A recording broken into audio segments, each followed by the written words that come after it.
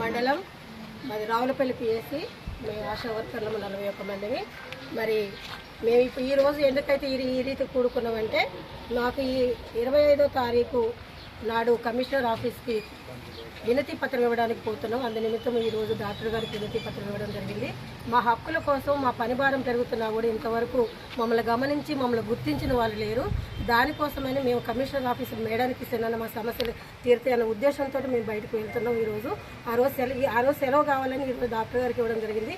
ఇంకొకటి, ముఖ్యమంత్రి గారు ఆ రోజు మేము గెలవగానే మేము మేనిఫెస్టివల్లో పెట్టినట్టు ఫస్ట్ మేనిఫెస్టివల్ ఏమని పెట్టారంటే, నేను గెలవగానే ఫస్ట్ మీకు 18,000 జీతం చేపిస్తా, ఎగ్జిక్యూషన్ ఆశ చనిపోతే 50,000 రూపాయలు ఇస్తున్నానన్నారు, ప్రసూతి సెలవులు కల్పిస్తానన్నారు, ప్రతి ఒక్కటి కల్పిస్తున్నారు. ఇంతవరకు మాకు ఏది లేదు. 3 సంవత్సరాలు గతించిపోయినాయి కానీ మా ఊసు లేదు, మా పలుకు లేదు. మా కష్టాలు పడుతూనే ఉన్నాం.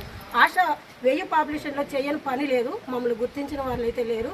ప్రతి పని, ప్రతి రిపోర్టు, ప్రతిది ఏది కూడా మేము ఇవ్వడం జరుగుతుంది. కానీ ఈ రోజు వరకు కూడా మమ్మల్ని గుర్తించేది జరగలేదు. ప్రతి డిపార్ట్మెంట్లో ప్రతి ఒక్కరికి న్యాయం జరుగుతుంది, కానీ మంత్రి గారికి మేము ఎందుకు కనిపిస్తలేదో మాకైతే తెలియట్లేదు. దయచేసి మరి ఈ కమిషనర్ ఆఫీస్లో ఇచ్చినప్పుడైనా మమ్మల్ని గుర్తించి మమ్మల్ని ఎరిగి ముఖ్యమంత్రి గారు మళ్ళా మా ఎందుకు దయ ఉంచి మాకు మీరు పెట్టిన మేనిఫెస్టోలో పెట్టిన ప్రతి ఒక్కటి మాకు అమలు చేయాలని మా యొక్క ప్రార్థన. అందుకు మీ విలేకరులకు కూడా మా ధన్యవాదాలు.